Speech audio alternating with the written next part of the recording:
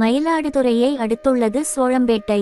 இங்கு கிபி 3ஆம் நூற்றாண்டைச் சேர்ந்த பழமையான, முழுவதும் செங்கல் கற்களால் கட்டப்பட்ட அப்பர் ஞானசம்பந்தர் ஆகிய இருவரால் பாடல் பெற்ற சம்வர்த்தினி உடனாகிய ஸ்ரீ அழகியநாதர் என்கின்ற கல்யாண சுந்தரேஸ்வரர் ஆலயம் அமைந்துள்ளது. இந்த ஆலய மகா கும்பாபிஷேகத்தையொட்டி புனித நீர் கடங்கள் வைத்து யாகசாலை அமைத்து சிவாச்சாரியார்கள் யாகசாலையில் 4 கால பூஜை செய்து பூர்ணாஹீதி நடைபெற்று தீபாராதனை நடைபெற்றது.